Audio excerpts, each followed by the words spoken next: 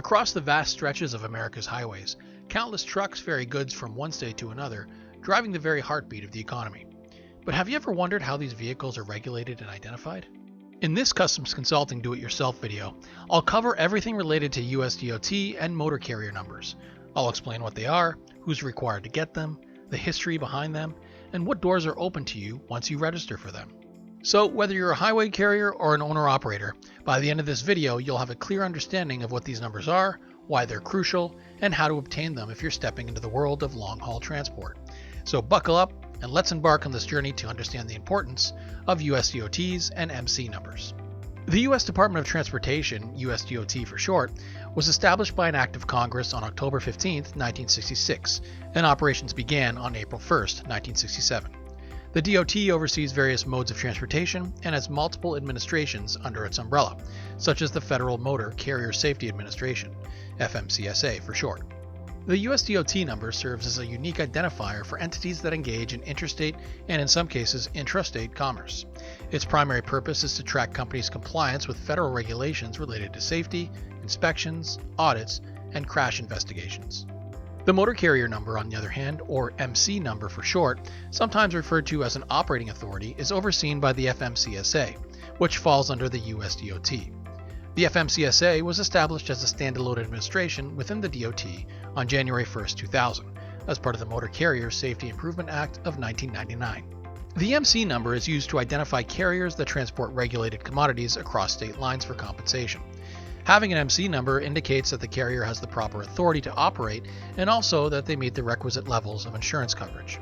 While not every company with a USDOT number needs an MC number, certain types of operations, like transporting passengers or goods across state lines for hire, do. This would include entities like for-hire motor carriers, freight forwarders, and brokers. It's required to get a USDOT number if the following scenarios apply to you. You operate a vehicle weighing more than 10,000 pounds, transport 9 to 15 passengers, or you transport hazardous materials. Additionally, if you're a commercial for hire carrier and plan on taking loads across state lines or throughout the United States, an MC number will also be required. And while both the USDOT and MC numbers are unique identifiers, their functions differ. The USDOT number is primarily about safety compliance and is a requirement for commercial vehicles involved in interstate and in some cases intrastate commerce. The MC number concerns the authority to operate commercially across state lines and is required for specific types of transport businesses. In recent times, to streamline operations and reduce confusion, the FMCSA combined the registration process for USDOT and MC numbers into a single online application portal, known as the Unified Registration System. This has simplified the process for businesses entering the transportation sector. To register for a USDOT or MC, visit FMCSA's website. The link will be provided in the description below. Once you arrive, be sure to review the information provided within the FMCSA website, as there are many pages that provide detailed instructions on what documents are required to register, how to maintain your authority, and other information you'll need to know when registering as a commercial carrier. To start your registration, from the Getting Started page, click Apply Online via the Unified Registration System. Then select New Applicant and click Next. On the next several pages, be sure to carefully read the introduction pages, as FMCSA has provided detailed information for you, including what documentation will be required. In most cases, an employee identification number or a social security number will be needed. If you operate under your own authority, sole proprietorship documents may be needed. For a partnership, signed partnership documents will be required, and if you're operating as a corporation or LLC, letters of incorporation must be signed and provided as part of the registration as well. The online application process can take up to 30 minutes to complete, so be sure to have all the relevant personal and company identification documents on hand to make the registration process as smooth as possible.